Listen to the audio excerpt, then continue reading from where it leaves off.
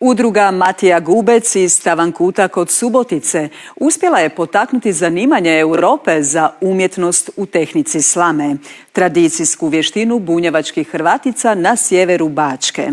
Ostvareno je to uključivanjem u projekt pod nazivom Otvorene ruke s tradicijom u moderno, koji se kao dio programa Erasmus Plus financira iz fondova Europske unije. Partneri u projektu zaštite i promocije manjinskih narodnih rukotvorina, kao što je umjetnost izrade predmeta od slame, udruge su iz Slovenije i Hrvatske. Susret u Tavankutu početak je projektnih aktivnosti koje će trajati do travnja 2023. godine. Slamarstvo se u Tavankutu njeguje više od pola stoljeća. Vještina koju su razvile bunjevačke Hrvatice na salašima sjeverne Bačke prerasla je u cijenjenu naivnu umjetnost.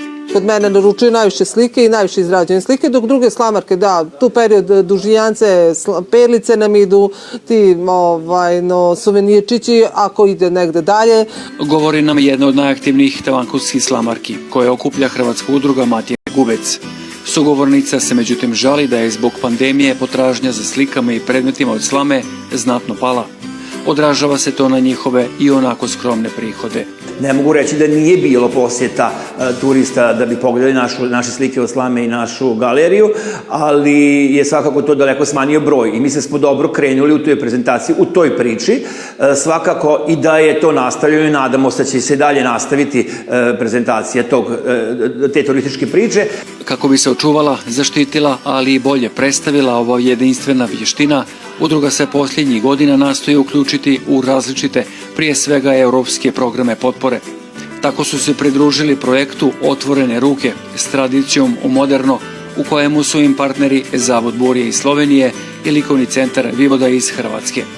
Ciljeva je više, kako je rečeno na susretu sudionika projekta u Tavankutu, među ostalim i povezivanje i kombiniranje tradicijskih i suvremenih načina umjetničkog izražavanja.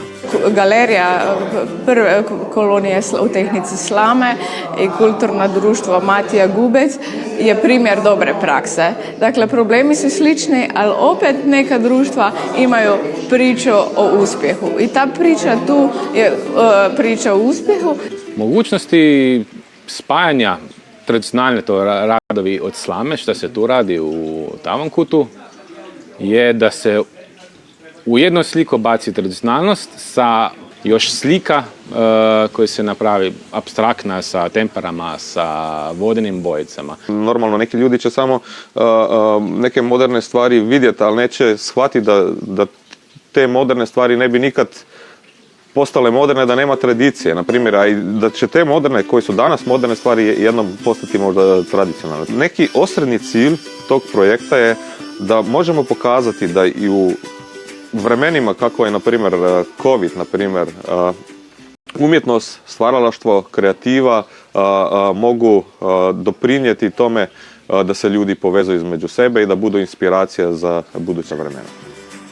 Udruga Matija Gubec u Tavankutu projektnim financiranjem podupire i druge svoje aktivnosti kojima je cilj očuvanje i predstavljanje kulture i običajne baštine bunjevačkih Hrvata na sjeveru Bačke.